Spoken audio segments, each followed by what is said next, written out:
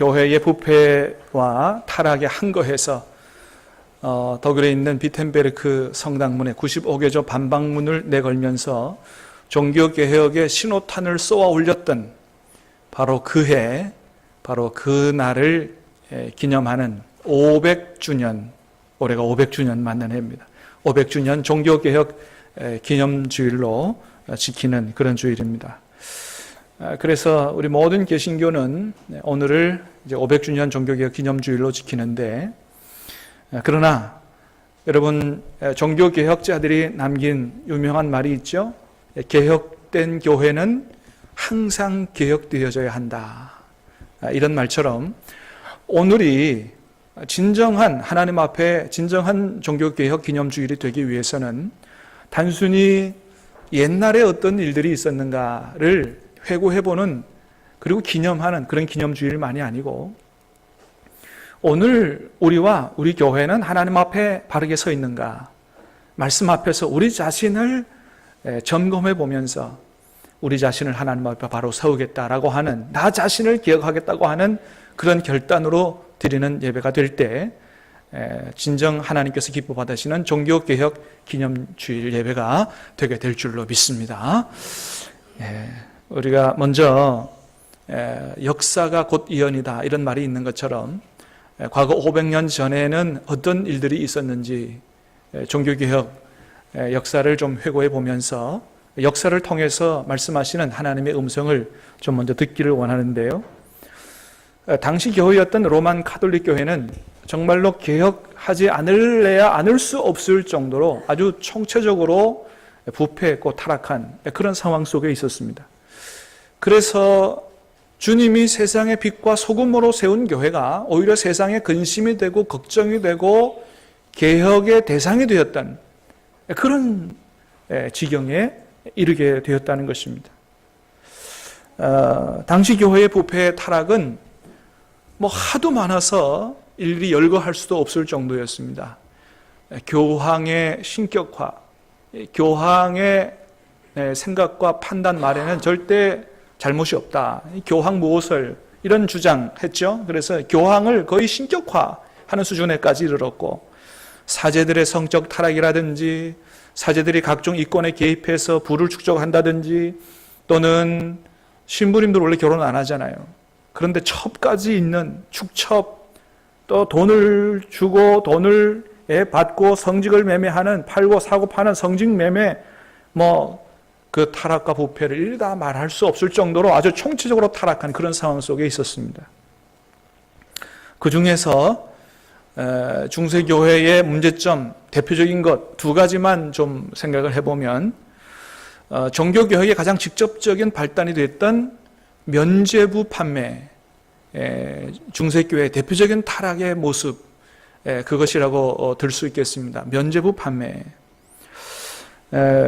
당시의 교황인 교황 레오 10세는 한 100년에 걸쳐서 건축되어 오던, 저 로마에 가면, 저도 아직 안 가봤습니다만 로마에 가면 성 베드로 대성당이 있다 그러죠. 그게 저 그림, 저 가보신 분들은 알겠는데, 사진으로 봐도 그 규모가 어마어마합니다. 저 안에 들어가 보면 아주 신천지처럼 그 예술 작품, 이런 그림들, 이게 어마어마하다 그러죠. 저게 한 100년 동안 이렇게 건축이 되어 오는 중에, 종교개혁 당시의 교황이었던 교황 레오 10세는 이 오랫동안 건축되어 오던 이 성 베드로 대성당을 자기 때에 마무리하고 싶어 했습니다. 그러다 보니까 많은 돈이 필요했던 거죠. 이런 과정에서 이 교황 레오 10세는 알브레히트 주교라고 하는 사람과 일종의 거래를 했습니다. 무슨 거래를 했냐 하면, 당신이 이 성당 건축에 돈을 많이 내면 당신에게 일종의 특혜를 주고 면죄부를 판매하게 해주겠다. 이렇게 이제 약속을 한 거예요. 이 알브레히트라고 하는 주교는 이미 2개의 교구를 담당하고 있는 그런 주교였다 그래요. 근데 이 알브레히트 주교가 욕심이 많은 사람이라 가지고 독일에 있는 가장 큰 교구를 소유하고 싶어 했던 거예요. 근데 원래 그 당시의 법으로도 한 주교가 2개 이상, 그러니까 3개의 교구를 책임자로, 그러니까 밑에 자기 관리로 두는 것은 불법이었다 그럽니다. 그런데도 불구하고 가장 큰 교구의 대주교가 되고 싶어 했던 거죠. 그래서 독일의 마인츠 교구를 자기 손에 넣기 위해서 이 교황과 일종의 거래를 한 것입니다. 마인츠 교구를 내게 주면 내가 돈을 많이 내겠다. 그 사실 이 역사에 관한 이 책들을 읽어보면, 종교 역사를 읽어보면 그 교구를 손에 넣기 위해서 은행에서 대출을 냅니다. 어마어마한 돈을 대출을 내서 교황한테 갖다 바치고 또 이제 그 본전을 뽑아야 되는 거 아니겠어요? 그러니까 이제 헌금을 어마어마하게 많이 걷는 것이죠. 그래서 이 알브레히트 주교는 돈을 많이 빌려가지고 교황에다가 갖다 내고 교황으로부터 마인츠 교구를 받고 또 하나 특혜를 받은 게 뭐냐 하면 당신의 교구에서 면죄부를 판매하게 해주겠다. 그렇게 된 거예요. 그래서 이 알브레히트 대주교라고 하는 사람은 테첼이라고 하는 이런 사람을 고용해서 이제 면죄부를 판매하기 시작한 것이죠. 그래서 이 면죄부를 사고 하나님 앞에 헌금하는 사람은 당신이 헌금한 돈이 헌금함에 딸랑 떨어지는 동시에 당신의 가족들, 이미 세상을 떠나서 연옥에 있는 가족들이 곧바로 천국으로 직행한다. 이런 거짓말을 하게 해서 면죄부를 판매하고 그로 얻은 수익금을 가지고 반반씩 나누는 것입니다. 알베레이트가 반, 그 다음에 교황이 반. 그래서 교황은 그 면죄부 수익 판매금을 가지고 자기 빈 주머니를 채우고 성당 건축비로 그렇게 사용을 한 것이죠. 그래서 여러분 사실은 저 어마어마한 성 베드로 대성당, 저거는 성도들의 헌금으로 지어진 게 아니고 면죄부를 판매한 수익금으로 지어진 그런 성당이라는 거죠. 우리는 저기 가서 참 대단하다 막 이렇게 하지만 여러분 이게 얼마나 역사적으로 부끄러운 일이냐 하는 것입니다. 여러분 어떻게 교회가 이런 면죄부를 팔고 돈을 받고 죄를 용서해주고 이래서 그 돈을 가지고 성당을 하나님의 교회를 짓느냐라고 하는 거죠. 사실 원래 범죄에 대한 이제 범죄를 죄를 지으면 벌을 받지 않습니까? 그 대신 자기가 교도소에 들어가는 대신 돈을 내는 것, 이런 제도가 이방 종교에 있었다 그래요.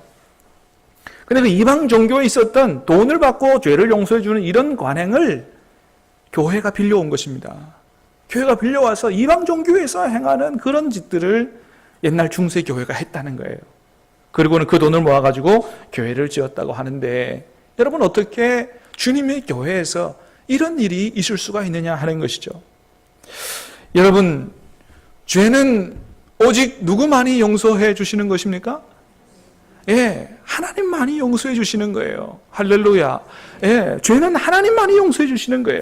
그런데 당시에 로만 가톨릭 교회는 죄를 사람이 용서해 줄 수 있다. 그래서 사제가 죄를 용서해 줄 수 있는 그런 권한을 주고 또 돈을 내면 죄를 용서받을 수 있는 이런 짓들을 했다는 것이죠. 십자군 전쟁 여러분 아시겠습니다만 십자군 전쟁에 많은 사람들이 이렇게 입대를 한 이유 중에 하나도 바로 그와 관련이 있다 그런 거예요. 교황 23세는 무슨 얘기를 했냐면 누구든지 십자군 전쟁에 자원하는 사람은 자신의 죄뿐만 아니고 가족들의 모든 죄까지도 다 용서를 해주겠다. 이런 얘기를 했다는 거예요. 그래서 집집마다 아들아, 네가 이번 전쟁에 나가면 너 죄뿐만 아니고 우리 가족의 모든 죄를 다 용서받을 수 있대. 그러니까 어떻게 하든지 그냥 십자군 전쟁에 좀 참여를 해달라. 이렇게 했다는 거죠. 그러니 여러분 부모님께서 그렇게 얘기하시는 얘기를 듣고 어떤 아들이 나 못합니다. 그렇게 할 수 있는 아들이 몇이나 되겠느냐 하는 거예요. 그래서 너도 나도 나 십자군 전쟁에 참여해서 그 십자군 전쟁에 나선 그 군사들이 그렇게 많았다 하는 얘기가 역사에 기록되어 있습니다. 아까도 말씀드렸던 것처럼 이 면죄부 사면 단순히 자기의 죄만 용서받는 게 아니고 가족의 죄까지 용서받는, 연옥에 있는 가족이 곧바로 천국으로 가는 이런 이야기를 통해서 이 사람들을 현혹하고 돈을 끌어모으는 이런 일들을 했다는 것입니다. 여러분 잘 아시는 것처럼 천주교에는 연옥설이라는 게 있잖아요.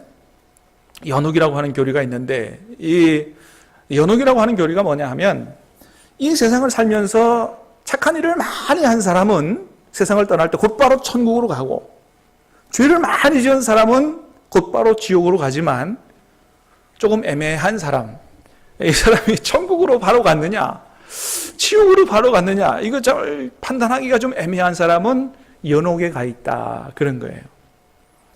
예.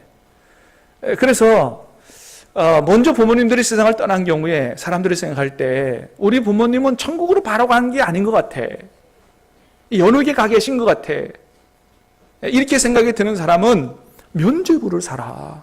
그러면 연옥에 있는 당신의 부모님들이 이 면죄부를 사는 동시에 바로 구원을 받아서 천국으로 직행을 한다, 이렇게 이제 현혹을 했던 것이죠. 여러분, 우리의 죄 용서는 돈도 아니고 사람도 아니고 오직 우리 주 예수 그리스도의 십자가의 공로로, 십자가의 은혜로 우리가 죄 용서를 받고 구원을 받는 줄로 믿습니다. 그런데 그 당시의 로만 천주교는 이런 면죄부 판매를 통해서 가족 구원이라고 하는 이 사람의 이 소원, 이것을 이용해서, 이 심리를 이용해서 장사를 했던 것이다 하는 것이죠. 여러분, 이게 얼마나 하나님 앞에 큰 죄예요. 예수님께서 2000년 전 그 예수님 당시에 성전에 들어가서 돈 바꾸어 주는 사람들, 짐승 팔아서 이익을 챙기는 사람들, 재물 팔아서 이익을 챙기는 사람들을 향해서 주님이 분노하셨어요. 성전을 다 둘러엎으셨습니다. 그런데 여러분, 가만히 생각해 보면 이렇게 면죄부를 팔아가지고 당신의 가족들이 구원을 받을 수 있다고 하는 이런 거짓말을 한 죄가 훨씬 더 큰 죄가 아니겠느냐, 그런 것이죠. 그러니 여러분, 하나님께서 이렇게 타락한, 이렇게 부패한 중세교회를 하나님께서 그냥 두시겠느냐 하는 것이죠. 그래서 하나님은 바로 존 위클리프, 또 얀 후스, 마틴 루터, 존 칼빈, 이런 사람들을 불러 일으키셔서 종교개혁을 이루게 하신 것입니다. 그래서 종교개혁자들은 이런 중세교회의 잘못된 교리와 부패에 맞서서 우리의 신앙과 삶의 오직 유일한 기준은 전통이라든지 교황의 말이 아니고 오직 하나님의 말씀인 오직 성경이 우리의 삶과 신앙의 기준이다. 그래서 오직 성경을 외쳤고, 또한 우리가 구원을 받는 것은 우리의 행위가 아니고 오직 예수 그리스도를 내 구세주로 믿는 오직 믿음이 우리를 구원하는 거고, 우리가 구원받는 것은 나의 착한 행실, 나의 공로가 아니고 오직 우리 주 예수 그리스도의 십자가의 은혜로, 십자가를 믿는 믿음으로 말미암는 하나님의 은혜에 있다고, 오직 성경, 오직 믿음, 오직 은혜라는 3대 기치를 내걸고 종교개혁을 일으킨 것입니다. 로만 카톨릭 교회, 당시 로만 카톨릭 교회가 가지고 있던 또 하나의 대표적인 잘못이 뭐냐 하면 바로 공로주의라고 하는 교리입니다. 공로주의. 다시 말하면 우리가 구원을 받으려면 착한 일을 많이 해야 된다는 거예요. 뭔가 공로를 쌓아야 구원을 받을 수 있다고 하는 것이죠. 그래서 종교개혁자 마틴 루터도 원래는 천주교 사제 아니었습니까? 이 마틴 루터도 자신이 성자처럼 돼서 자신의 구원을 이루어 보고자 이 수도원에서 지키려고 하는 규칙을 아주 철저하게 그렇게 지켰다고 그래요. 그래서 노동을 하고 명상도 하고 기도도 하고 철야도 하고 금식도 하고, 때로는 자신을 회초리로 때려가면서, 그리고 3일 금식하고 혼잎을 한 장만 덮고 잠을 잘 정도로 그렇게 자신을 괴롭게 하는 고행을 했다는 것입니다.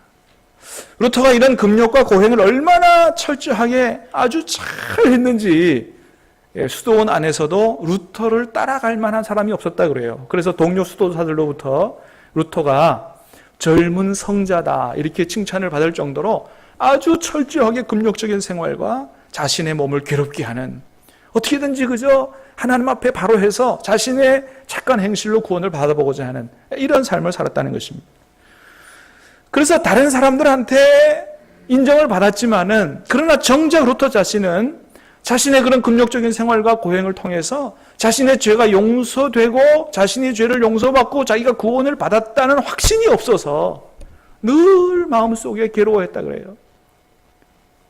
구원을 받았다는 확신과 평강이 없는 거예요. 늘 죄 때문에 괴로워하고. 그렇다고 무슨 루터가 큰 죄를 지은 게 아니라고 합니다.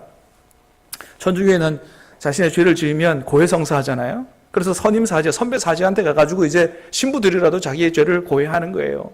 그래서 내가 이런 죄를 졌다고, 나를 좀 어떻게 이 죄를 용서해달라고 이렇게 얘기하면 선임사제들이 그랬다 그래요. 루터가 고백하는 걸 들어보면서, 야, 그것도 죄냐? 밖에 나가서 좀 죄다운 죄를 짓고 와가지고 좀 죄를 지었다고 그래라. 그럴 정도로 루터는 아주 수도원 규칙을 철저하게, 루터는 이 마음의 작은 죄 하나까지도 하나님 앞에 큰 죄로 인식하고, 어쨌든 이런 모든 자기의 죄에서 해방받고 자기가 용서받고 구원받았다는 확신이 없어서 늘 괴로워하고 밤잠도 제대로 못 자고 이런 사람이었다고 합니다. 이런 공로사상, 그러니까 어쨌든 자기가 착한 일을 공로를 쌓아서 구원받는다고 하는 이런 공로사상과 맥을 같이 하는 것이 이제 잉여 공로사상이라고 하는 건데, 잉여 공로사상이라고 하는 게 뭐냐 하면, 천주교는 이제 그런 얘기를 한다 그래요. 뭐냐 하면, 저 천국에는 다 그 자기의 공로 창고가 있다 그래요. 그러니까 구원받기 위해서는 공로를 천국 창고에다가 자기 공로를 쌓아야 되는 거죠. 그런데 소위 말해서 이제 성인이라고 추앙받는 사람들, 성안나는 성모 마리아의 엄마라 그러죠. 성안나, 성모 마리아 또는 성 베드로, 이런 성자들에게는 자신을 구원하고도 남는 의가 있다는 거예요. 그래서 이 남은 의로 다른 사람도 구원할 수 있다라고 하는 게 바로 잉여 공로 사상이라고 하는 것이라고 합니다. 그래서 자기의 의가 부족한 사람은 이런 성자들에게, 성인들에게 기도하거나 또는 돈을 내고 그들이 남긴 유물들, 그런 것을 관람하거나 또 그런 유물들을 만지면 천국에서 그 남은 의가 그 사람에게로 이렇게 넘어온다는 것입니다. 그래서 나의 부족한 의를 채우고 자기가 구원받는다 하는 이런 사상, 그런 사상을 가지고 있다고 하는 거죠. 여러분, 그렇게 되면 어떻게 되는 것입니까? 우리를 죄에서, 지옥의 권세에서 구원하는 게 예수 그리스도만이 아니고 다른 성인들, 성자들이라고 추앙받는 그런 사람들도 우리의 죄를 용서하고 구원을 할 수 있다. 이런 교리가 세워지는 것이거든요. 사랑하는 여러분, 저와 여러분이 믿는 것처럼 저와 여러분의 죄가 용서되고 저와 여러분을 지옥의 권세에서 구원하는 것은 선행과 공로로 되는 것도 아니고 오직 예수 그리스도 십자가의 공로로 되는 줄로 믿습니다. 하나님의 은혜로 되는 줄로 믿습니다. 그리고 여러분, 우리가 하나님 앞에 나아가는 것이 무슨 다른 사람을 통해서 나아가는 것이 아니거든요. 사제라고 한다든지 신부님 또는 교황을 통해서 다른 사람을 통해야만 나아가는 것이 아니다라고 하는 것입니다. 여러분, 예수님께서 십자가에 돌아가실 때 지성소의 휘장이 위에서부터 아래로 둘로 찢어졌다고 그랬습니다. 여러분, 이것은 무엇을 말하는 것입니까? 예수님 이후로 누구든지 다른 사람을 통하지 않고도 예수님의 십자가의 보혈과 그 은혜로, 하나님의 은혜로 누구든지 하나님 앞에 직접 나가서 하나님을 만날 수 있다라고 하는 것이 바로 예수님께서 십자가에 돌아가시면서 지성소 휘장을 둘러 찢어주신 것입니다. 그래서 우리는 사제한테 가지 않아도, 신부한테 여러분이 저한테 오지 않아도 여러분 자신 자체로 여러분 십자가의 공로를 의지하고 하나님 앞에 여러분이 나가서 기도하고 하나님과 만나 교제할 수 있는 여러분 그런 은혜의 길이 열린 것입니다. 사랑하는 여러분, 하나님과 우리 사이에 더 이상의 사람의 중보자는 필요하지 않은 줄로 믿습니다. 오직 예수 그리스도 그분만이 유일한 중보자이신 줄로 믿습니다. 그래서 우리는 예수님의 이름으로 기도하고 예수님의 이름으로 하나님 앞에 나아가는 것이죠. 사랑하는 여러분, 저와 여러분을 구원하는 것은 우리 주 예수 그리스도의 십자가의 은혜와 공로로 충분한 줄로 믿으시기를 바랍니다. 무슨 공로로 쌓아야 되는 것도 아니고 착한 일을 해야 되는 것도 아니고 다른 사람을 통해야만 구원을 받을 수 있는 것이 아니고 오직 예수님의 십자가 보혈의 은혜와 능력으로 구원을 받는 것이다. 그런데 이렇게 중세교회는 면죄부를 사면 구원을 받는다, 면죄부를 판매하고 성직을 매매하고 공로주의, 연옥사상, 교황의 모설 이런 것들을 통해서 아주 총체적으로 부패해 있었다는 것입니다. 여기 한 거에서 그것은 잘못된 것이라고 주님의 교회를 하나님 앞에 바로 세워야 한다고, 그렇게 오직 성경, 오직 믿음, 오직 은혜, 오직 예수 그리스도, 오직 하나님께 영광이라는 이런 기치를 내걸고 종교개혁을 일으킨 것이 바로 저와 여러분이 몸담고 있는 개신교회의 출발이 된 것입니다. 여러분, 그래서 우리 개신교를 영어로 뭐라 그러냐 하면 프로테스탄트다, 그렇게 얘기합니다. 프로테스탄트라고 하는 건 뭐라 그러냐 하면 무슨 뜻이냐면 저항하는 자, 항거하는 자, 그런 뜻이에요. 부패하고 불의한 중세 카톨릭 교회에 항거해서 저항해서 분연이 일어섰기 때문에 붙여진 이름, 우리 개신교를 뭐라 그런다고요? 프로테스탄트다, 저항하는 자, 항거. 그러니까 불의에 순응하지 않은 거, 동조하지 않는 거예요. 잘못된 것에는 항거하여 일어나고 주님의 교회를 바로 세우고자 하는 그런 사람들이 바로 개신교도, 바로 저와 여러분들이다 하는 것입니다. 그래서 종교개혁자들이 이렇게 종교개혁을 단행하면서도 무슨 얘기를 했냐 하면, 시간이 지남에 따라 앞으로 우리 개신교도 얼마든지 부패할 수 있다라고 하는 사실을 인정하면서 개혁된 교회는 어떻게 해요? 항상 개혁되어져야 한다라고 하는 유명한 말을 남긴 것입니다. 여러분, 그래서 오늘 우리 교회는 종교개혁자들의 서 있는, 그들의 정신에 서 있는 교회답게 오늘 종교개혁주의를 어떻게 지나야 하겠습니까? 나와 우리 교회는 하나님 앞에 바로 서 있는가? 이것을 깊이 생각해 보면서 정말로 개혁되어지고 고쳐야 될 부분, 나 자신을 하나님 앞에 바로 세우고자 하는 그런 마음과 그런 결단으로 종교개혁주의를 지키는 것이 바로 하나님 앞에서 종교개혁주의를 잘 지키는 방법이다라고 얘기할 수 있습니다. 여러분, 오늘 하나님의 말씀에 보면 우리 하나님은 500년 전뿐만 아니고 역사 속에서 언제나 부패한 교회를 향하여 개혁하라고 요구하신 하나님이신 것을 보게 됩니다. 오늘 우리가 읽은 예레미야서 말씀은 지금으로부터 2500년 전 말씀이에요. 남유다가 이제 멸망할 때에 타락했던 그때 당시의 교회, 그때 당시의 성전을 향해서 너희는 개혁하라고, 고치라고 그렇게 말씀하신 하나님의 말씀의 기록입니다. 여러분, 오늘 말씀을 다시 한번 하나님께서 오늘 말씀하신다, 우리에게 말씀하신다고 하는 그런 하나님의 음성을 듣는 자세로 다시 우리 스크린을 보면서 다시 한번 말씀을 읽어보도록 하겠습니다. 좀 깁니다마는 한번 읽어보겠습니다. 시작. 여호와께로부터 예레미야에게 말씀이 임하니라. 이르시되 너는 여호와의 진문에 서서 이 말을 선포하여 이르기를, 여호와께 예배하러 이 문으로 들어가는 유다 사람들아, 여호와의 말씀을 들으라. 만군의 여호와 이스라엘의 하나님 여호와께서 이와 같이 말씀하시되 너희 길과 행위를 바르게 하라. 그리하면 내가 너희로 이곳에 살게 하리라. 너희는 이것이 여호와의 성전이라, 여호와의 성전이라, 여호와의 성전이라 하는 거짓말을 믿지 말라. 무익한 거짓말을 의존하는도다. 너희가 도둑질하며 살인하며 간음하며 거짓 맹세하며 바알에게 분향하며 너희가 알지 못하는 다른 신을 따르면서 내 이름으로 일컬음을 받는 이 집에 들어와서 네 앞에 서서 말하기를 우리가 구원을 얻었나 하나이다. 이는 너희 모든 가증한 일을 행하려 함이라.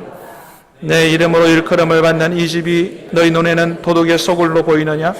오라나 곧 내가 그것을 보았노라. 여호와의 말씀이니라. 아멘. 2500년 전에 하나님의 성전은 하나님 보시기에 이거 성전 아니라는 거예요. 이건 하나님의 집이 아니라는 거예요. 이거는 도둑의 소굴이라는 거예요. 왜 그렇습니까? 하나님 앞에 성전에 들어와서 하나님을 예배하는 사람들이 세상에서 짓는 모든 죄를 짓고도 하나님 앞에 회개하지 않는 것입니다.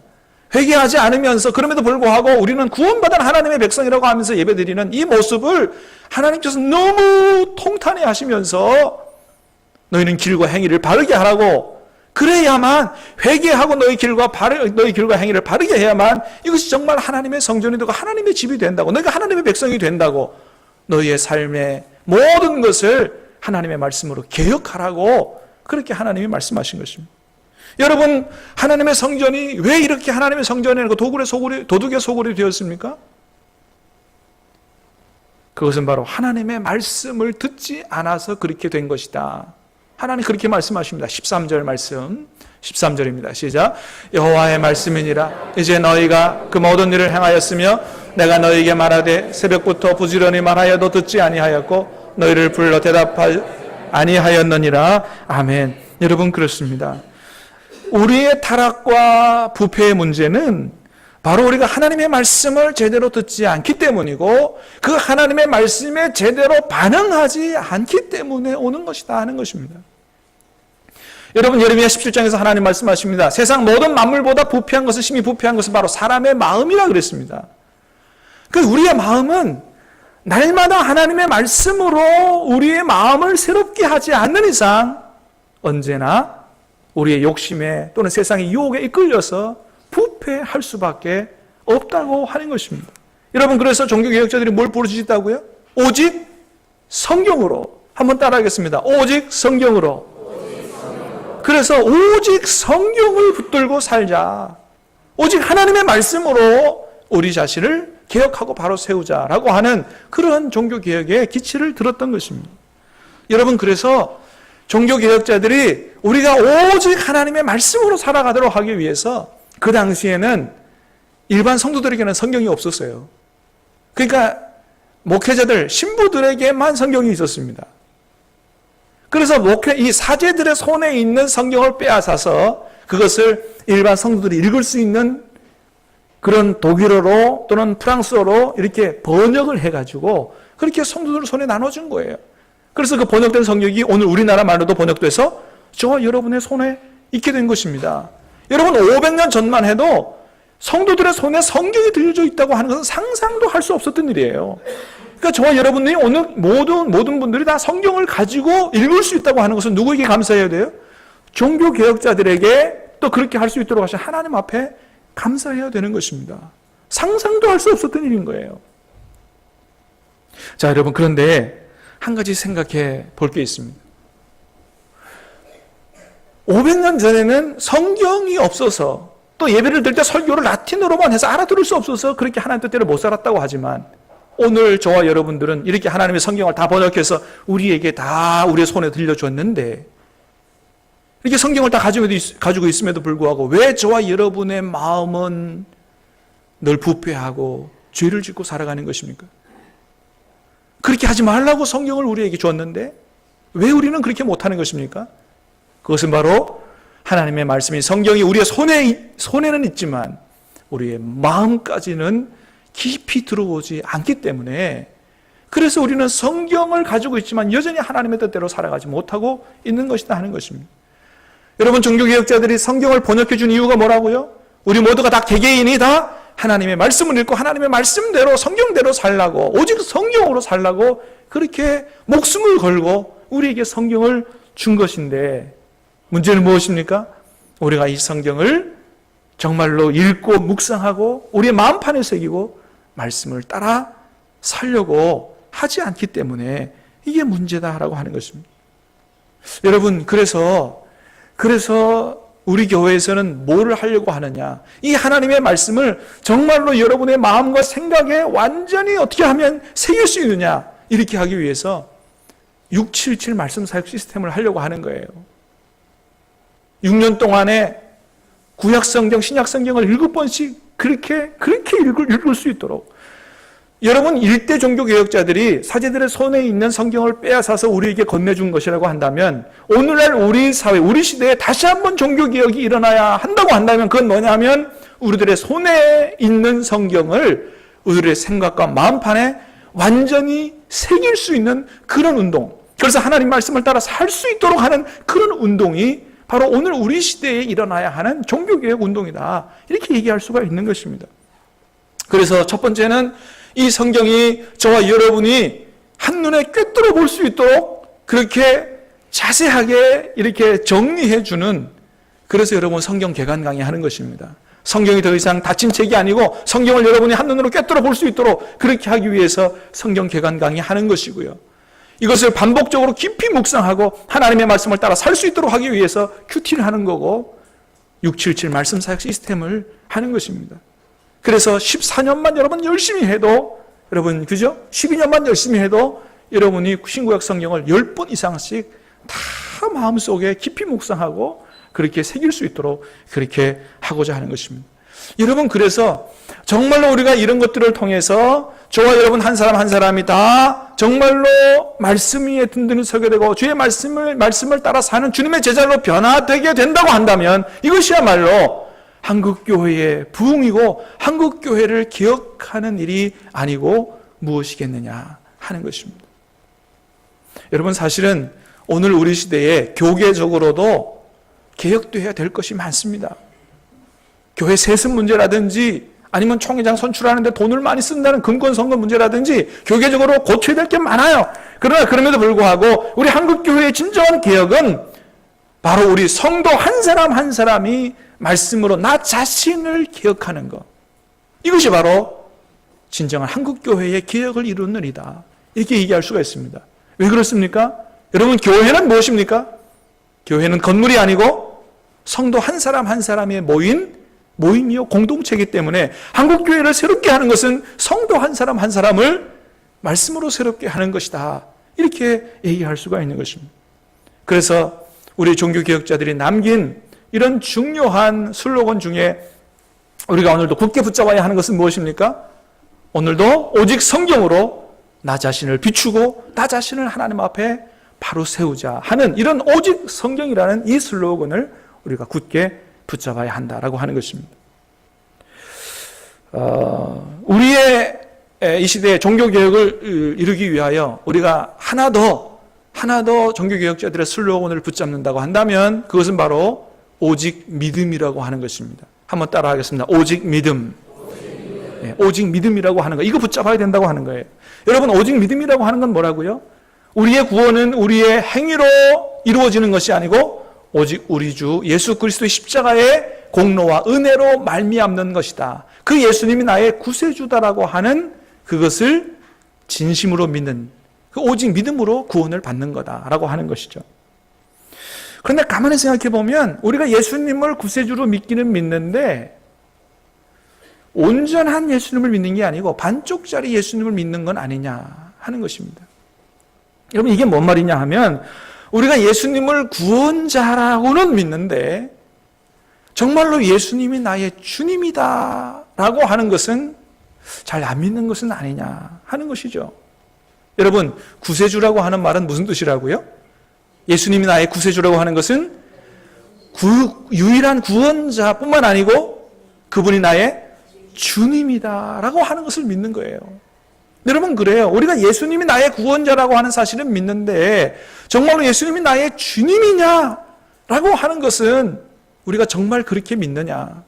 물론 우리가 믿지요. 그래서 우리가 예수님을 주님이라고 부르지 않습니까? 그런데 예수님은 우리에게 뭐라고 말씀하십니까? 한번 말씀을 같이 읽어보도록 하겠습니다. 자, 시작. 너희는 나를 불러 주여 주여 하면서도 어찌하여 내가 말하는 것을 행하지 아니하느냐. 그 다음 말씀 시작. 나더러 주여 주여 하는 자마다 다 천국에 들어갈 것이 아니요 다만 하늘에 계신 내 아버지의 뜻대로 행하는 자라야 들어가리라. 아멘. 예수님 말씀하시는 거예요. 너희가 나더러 주여 주여 한다면 왜 내가 말하는 걸 행하지 않느냐는 거예요. 너희가 입술로 나더러 주여 주여 하지만 입술로 주여 주여 하는 자마다 다 천국에 들어가는 게 아니고 정말로 나를 주님으로 영접한 사람, 여러분, 정말로 예수님을 주님으로 영접한 사람은 어떻게 살아야 합니까? 나는 주님의 종이라고 생각하고 정말로 주인 되신 예수님 말씀을 듣고 절대 복종하고자 하는 그런 자세로 사는 사람, 이 사람이 바로 정말로 진정으로 예수님을 주님으로 영접한 사람이다, 이렇게 얘기할 수가 있는 것입니다. 여러분, 그래서 오늘날 우리 시대는 믿음으로 말미암아 구원받는다라고 강조한 로마서보다는 행함이 없는 믿음은 죽은 믿음이고 행함이 있는 믿음이 산 믿음이다라고 외치는 야고보서가 훨씬 더 강조되어야 하는 시대, 바로 그런 시대가 바로 오늘 우리의 시대다라고 얘기할 수가 있는 것입니다. 여러분, 야고보서는 공로주의를 얘기하는 것이 아니에요. 정말로 예수님을 주님으로 영접한 사람들이 어떻게 살아야 하는가에 대한, 어떻게 사는 것이 참 믿음인가를 얘기해주는 그런 진정한 오늘 우리 시대에 필요한 하나님의 말씀이다, 이렇게 얘기할 수가 있는 것입니다. 여러분, 정말 예수님을 주님으로 영접하셨습니까? 간절히 바라기는 여러분의 삶 가운데 정말 주님이 주인 되시기를 주님의 이름으로 축복합니다. 여러분, 주님은 오늘 이 시대에 우리를 세상의 빛과 소금으로 부르셨습니다. 종교개혁 500주년을 맞이하는 오늘 우리가 종교개혁자들의 후손답게 오직 성경, 오직 믿음, 오직 은혜, 오직 예수 그리스도, 오직 하나님의 영광이라고 하는 이 슬로건을 다시 한번 굳게 붙잡고 나 자신을 하나님의 말씀 앞에 바로 세우고 나 자신을 바로 세움으로 우리 교회를 새롭게 함으로 말미암아 하나님께는 영광이 되고 이 세상 가운데는 빛과 소금으로 그렇게 살아갈 수 있게 되기를 주님의 이름으로 축복합니다. 하나님의 은혜가 신암교회, 한국교회, 우리나라 이민족 가운데 풍성하게 임하기를 주님의 이름으로 축복합니다. 같이 찬양하고 기도하겠습니다. 우리에겐 소원